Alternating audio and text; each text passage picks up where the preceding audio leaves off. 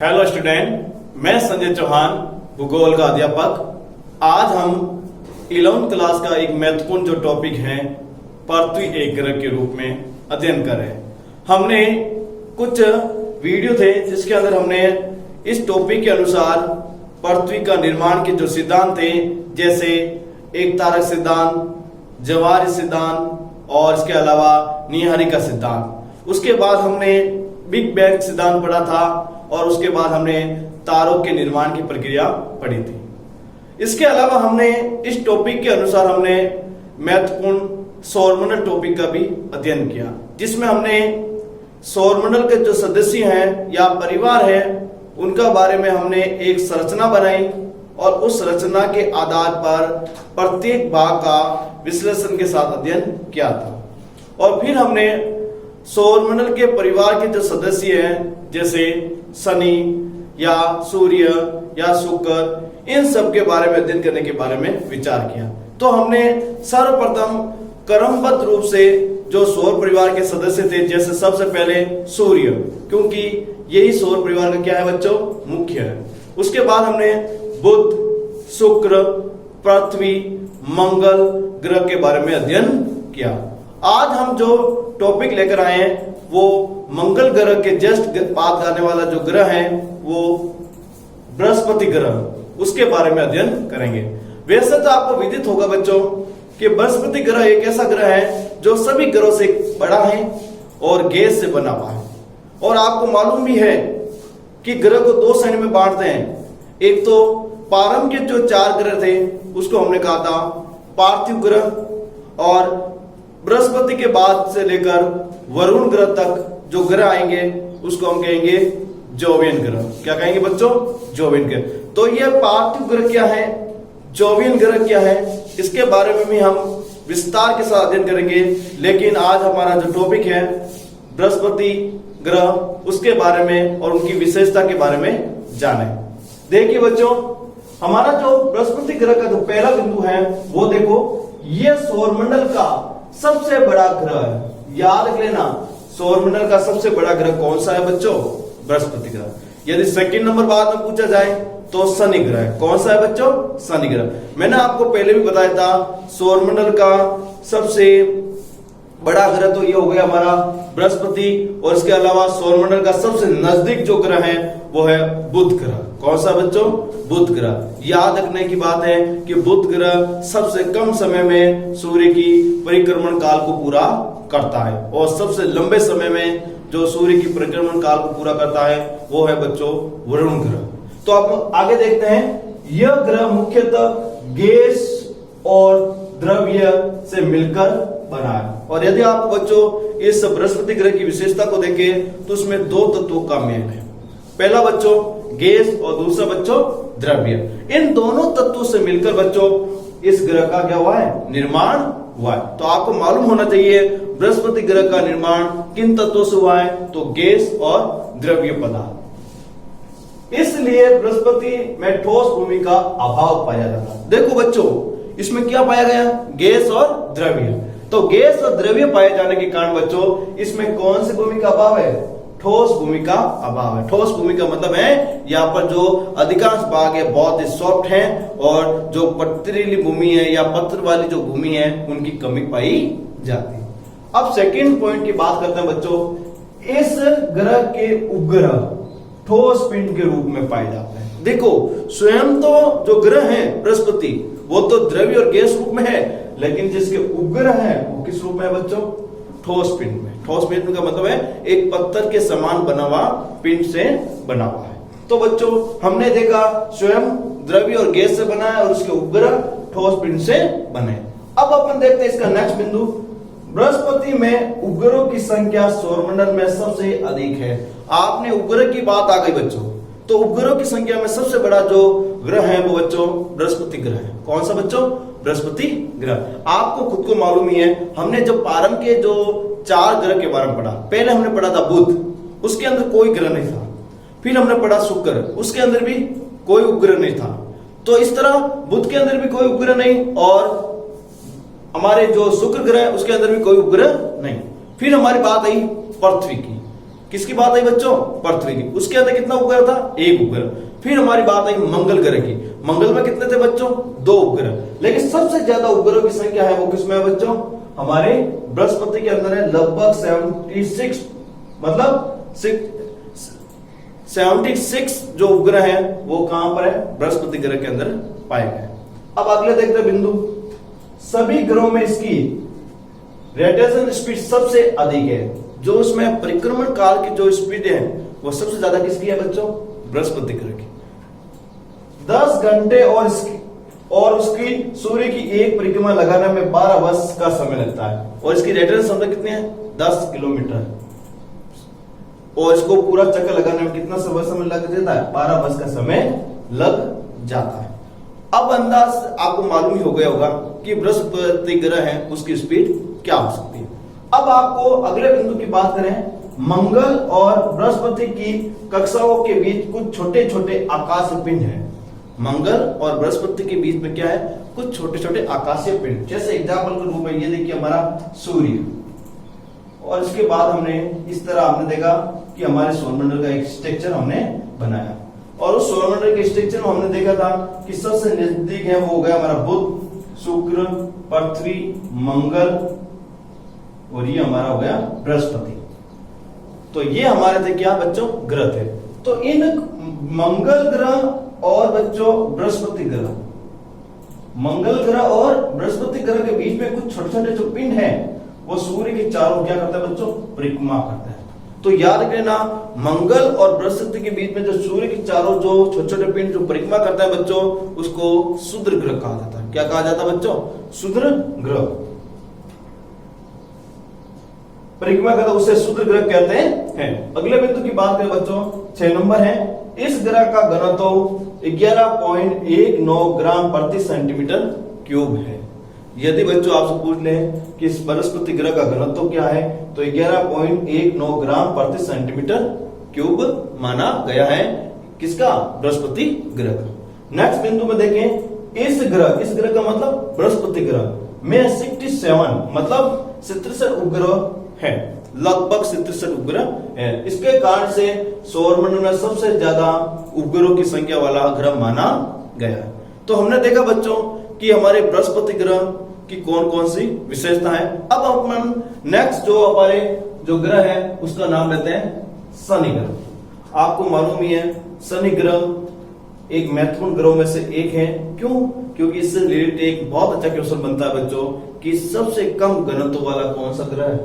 शनि ग्रह। इसका घनत्व इतना कम है कि यदि पानी में डालेंगे तो भी वो तैरने लगेगा, वो अंदर डूबेगा नहीं। तो अब इसके बारे में थोड़ी विशेषता देख लेते हैं बच्चों। पहली विशेषता देखते हैं इसके, ये सौरमंडल का आकार में सबसे बड़ा दूसरा नंबर का ग्रह है। वापस याद रखना बच्चों, पहला कौन सा बच्चों? बृहस्पति, और दूसरा कौन सा है? शनि। तो इसमें लिखा हुआ ये सौरमंडल का दूसरा आकार में सबसे बड़ा ग्रह है। यदि सेकंड बिंदु की बात करें इसकी, इस ग्रह की एक विशेषता यह है कि इसके चारों ओर प्रकाश की कुंडली है। चारों ओर क्या है? प्रकाश की कुंडली। मान लो ये बच्चों ये हमारा शनि ग्रह है। क्या है बच्चों? हमारा शनि ग्रह। और इस शनि ग्रह के चारों ओर क्या पाई गई? प्रकाश की कुंडली। इस तरह चारों ओर एक वलय की आकृति मतलब एक सर्किल बना हुआ है, उसमें कौन किसकी बनी हुई है? प्रकाश की कुंडली। क्या बनी हुई है बच्चों? प्रकाश की कुंडली। जिससे वलय बड़ा हो जाता है तो इस वलय की संख्या 7 है। और इस प्रकार के जो ये सर्किल बनता है शनि के चारों ओर, इसकी संख्या कितनी है बच्चों? 7 है। कितनी है? 7 है इसकी संख्या। और इसकी खोज किसने की थी बच्चों? गैलीलियो ने। याद रखना बच्चों, शनि ग्रह के चारों ओर एक प्रकाश का एक सर्किल घूमता है, उसे वलय कहते हैं। और वलय की संख्या कितनी है बच्चों? 7 है। और उस वलय की खोज किसने की थी बच्चों?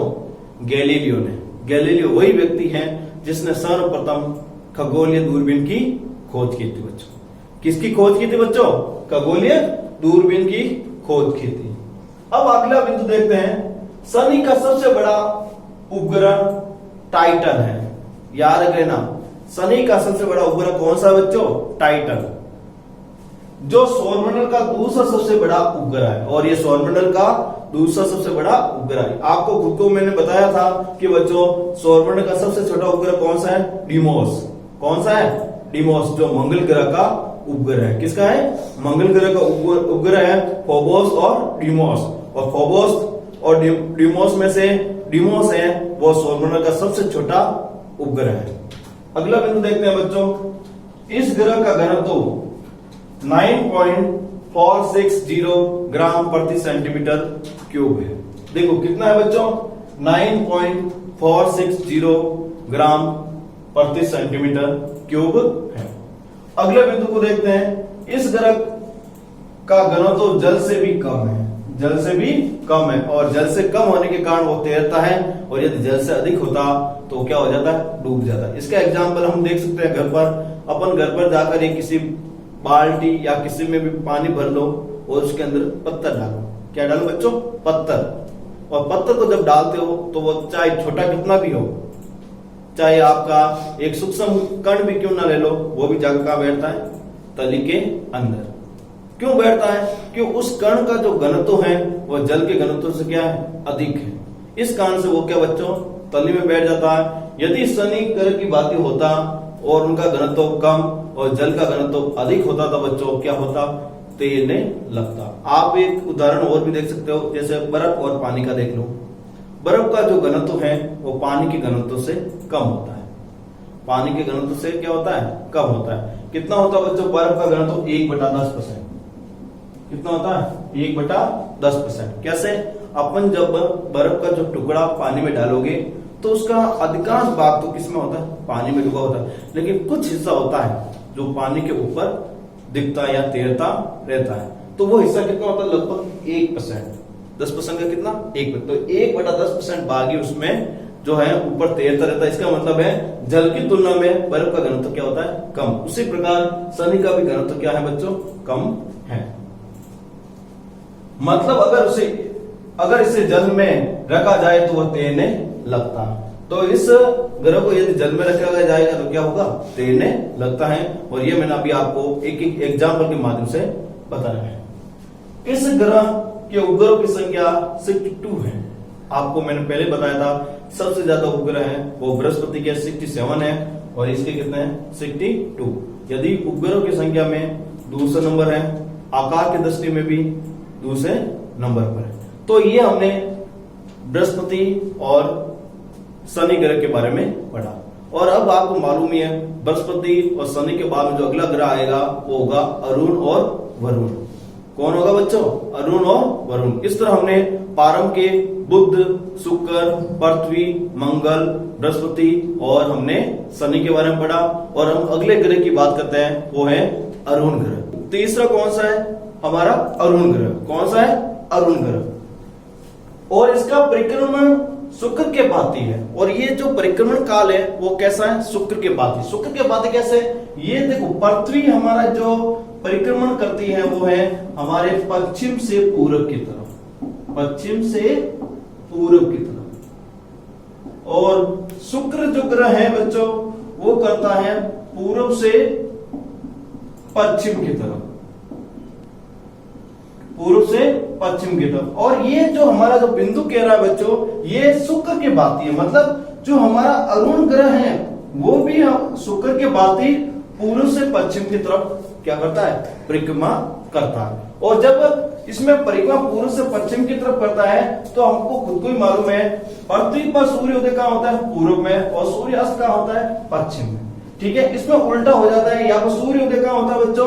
पश्चिम में। और सूर्यास्त कहां होता है? पूर्व में। तो यहाँ पर देखते हैं तो यहाँ पर सूर्य उदय होता है और यहाँ पर क्या होता है बच्चों?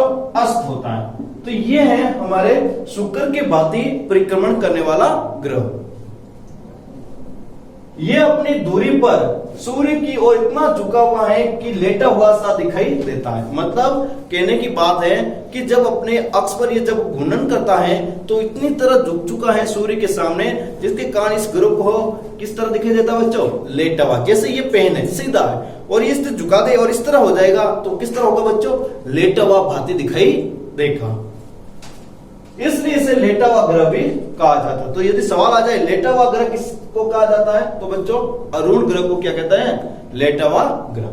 यदि नेक्स्ट बिंदु की बात करें, इसके वायुमंडल में कौन सी गैस की प्रधानता अधिक पाई जाती है बच्चों, मीथेन गैस। कौन सी गैस, मीथेन की अधिक मात्रा पाई जाती है। और हमने पृथ्वी के वायुमंडल भी पढ़ा, और इसके अलावा और बहुत सारे ऐसे ग्रह थे जिसके वायुमंडल के बारे में पढ़ा था, जिसमें कोई ना कोई गैस की प्रधानता अधिक पाई गई थी। उसी प्रकार हमारे जो अरुण ग्रह है बच्चों, उसके अंदर भी मीथेन गैस की प्रधानता अधिक पाई जाती है। और मीथेन गैस है तो वो ज्वलनशील गैस है, जिससे आग बहुत जल्दी पकड़ी जाती है।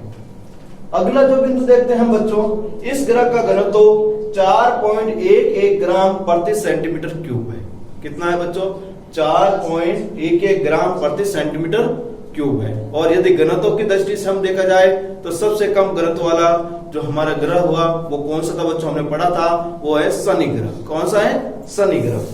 यदि इसके अगले बिंदु की बात करें, इस ग्रह के उपग्रहों की संख्या 27 है। मतलब हमारे जो अरुण ग्रह है उसके अंदर 27 उपग्रह है। एक बार मैं उपग्रह की जो लिस्ट है एक बार फिर टैली कर देता हूं।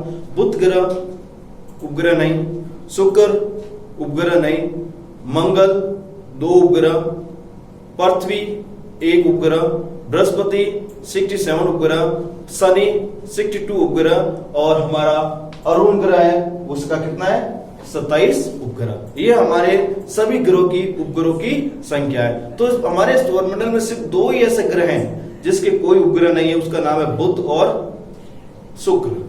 और यदि हमारे सौरमंडल में सबसे अधिक उपग्रह की संख्या बृहस्पति में 67, उसके बाद शनि 62, उसके बाद अरुण 27, उसके बाद वरुण, और उसके बाद हमारा मंगल और पृथ्वी। इन सभी ग्रह की उपग्रहों की संख्या में क्रम पाया जाता। और मैं आपको लास्ट में सभी जो क्रमबद्ध उपग्रह के सामने उनके उपग्रह और उनके ग्रहों की संख्या बताते हुए आपको बता दूंगा। अब अपन अगले जो टॉपिक है हमारा वरुण ग्रह। वरुण ग्रह के अंदर अपन देखते हैं यह हरे रंग का ग्रह है। किस रंग का होता है, हरे रंग का। आपने पढ़ा होगा पृथ्वी नीला ग्रह, क्यों, उसमें जल की अधिक प्रधानता पाई जाती है। फिर आपने पढ़ा होगा मंगल ग्रह, उसे लाल ग्रह कहते हैं। क्यों कहते हैं, क्यों वहां पर आयरन ऑक्साइड की प्रधानता अधिक है। शुक्र ग्रह एक चमकीला ग्रह है, क्यों कहते हैं कि उसमें ऊर्जा की प्रधानता अधिक है। उसी प्रकार बच्चों वरुण ग्रह है उसको क्या कहा जाता है, हरा ग्रह का। क्यों कहा जाता है कि वहां पर मीथेन गैस पाई जाती है, और मीथेन गैस के कारण उसका रंग कैसा दिखाई देता है, हरे रंग का दिखाई देता है। और यह सूर्य से सबसे अधिक दूरी पर स्थित है। और वरुण ग्रह है वो सूर्य से सबसे ज्यादा दूरी पर स्थित होने वाला ग्रह भी है। सबसे निकटतम बुध और सबसे दूर वरुण ग्रह। अगले बिंदु की बात करें, मीथेन गैस की अधिकता के कारण ही यह ग्रह का प्रकाश हरे रंग का दिखाई देता है। मैंने बताया था पीछे कुछ टॉपिक के अंदर बोला भी था कि मीथेन गैस की अधिकता के कारण जो सूर्य का प्रकाश जब इस पर पड़ता है तो वो किस रंग में दिखाई देता है बच्चों, हरे रंग में दिखाई देता है। अगले बिंदु की बात करें बच्चों, इस ग्रह का जो घनत्व है 3.88 ग्राम प्रति सेंटीमीटर क्यूब है। कितना है बच्चों, 3.88 ग्राम प्रति सेंटीमीटर क्यूब। किसका है, वरुण ग्रह का हमारा घनत्व। यदि अगले बिंदु की बात करें, इस ग्रह के उपग्रहों की संख्या कितनी है, 14 है। तो वरुण ग्रह के अंदर उपग्रहों की संख्या कितनी है, 14। मैंने आपको पीछे कुछ कहा था कि मैं इसके अंदर सभी एक साइड ग्रह लिखूंगा और एक साइड उपग्रहों की संख्या लिखूंगा, जिससे आपको याद हो सके कि क्रमबद्ध ग्रह कौन से हैं और क्रमबद्ध ग्रह के उपग्रहों की संख्या कितनी है। तो बच्चों अब इसमें अपन लेते हैं क्रमबद्ध ग्रह के नाम और उनके उपग्रहों की संख्या। तो सबसे पहले अपन लेते हैं बुध। बुध ग्रह के सबसे पहले यहां लिख देते हैं ग्रह का नाम, और इस तरह भी हम लिख देते हैं उपग्रह। ठीक है, सबसे पहले लेते हैं बुध। बुध ग्रह के कोई भी उपग्रह नहीं है तो नील। फिर बाद में लेते हैं अपन शुक्र, शुक्र के भी नील। फिर पृथ्वी, पृथ्वी के कितना है, 1। फिर अपन का मंगल, मंगल के कितने हैं, 2। फिर बाद में अपन लेते हैं बृहस्पति, बृहस्पति के कितने बच्चों, 67। उसके बाद अपन लेते हैं शनि, इसके कितने हैं बच्चों 62। फिर अपन लेते हैं अरुण, इसके कितने हैं बच्चों 27। और फिर लेते हैं अपन वरुण, इसके कितने हैं बच्चों 14। ये हुई हमारे उपग्रह और उनके ग्रह के क्रम के रूप में संख्या। तो हमने देख लिया बुध, शुक्र, पृथ्वी, मंगल, बृहस्पति, शनि, अरुण, वरुण की ये हो गए सारे ग्रह। और इनके जो सारे उपग्रह की संख्या है 2 के अंदर नहीं है, जैसे नील लिखा हुआ पर उपग्रह नहीं पाए गए हैं। फिर हमारे पृथ्वी का 1 है, मंगल का 2 है, बृहस्पति के 67 है, शनि के 62 है, वरुण के 27 है, सॉरी अरुण के 27 है, वरुण के 14 है। ये सारे पाए गए।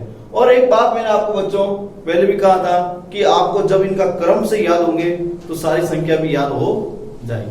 अब आपके सामने एक टॉपिक है, आपको मैं बताता हूं, वो पार्थिव ग्रह और जोवियन ग्रह। ये 2 प्रकार के ग्रह होते हैं और इसमें पारण के 4 जो ग्रह जैसे बुध, शुक्र,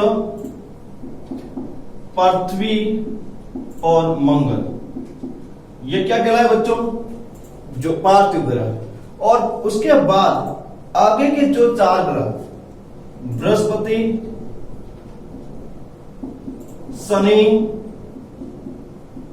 अरुण और बच्चों वरुण, ये पारण के 4 पार्थिव हुए और अंतिम जो 4 हुए वो कौन से हुए जोवियन ग्रह। ये हमारा जो टॉपिक है अति महत्वपूर्ण है और एग्जाम की दृष्टि से भी बहुत महत्वपूर्ण है बच्चों, क्योंकि इस टॉपिक से एग्जाम के अंदर बहुत ही अच्छे अच्छे सवाल हैं जो पुटअप होते हैं। और आपके एग्जाम के नजरिए से इस टॉपिक को अपन देखते हैं तो पटवार के अंदर भी इसको पूछा गया है और इसके अलावा हमारे जो कांस्टेबल है उसके अंदर भी ये टॉपिक आया हुआ है। तो इसका मतलब ये 11th क्लास के अंदर होते हुए भी हमारे फ्यूचर के अंदर जो प्रतियोगिता की जो तैयारी होती है उसमें भी ये बहुत ही काम आएगा। इसलिए बच्चों इस टॉपिक को ज्यादा से ज्यादा देखें, समझे और से संबंधित जो हमारे पीडीएफ है दी हुई है उससे भी अपने नोट्स बनाएं और ज्यादा से ज्यादा शेयर करें। थैंक यू, धन्यवाद।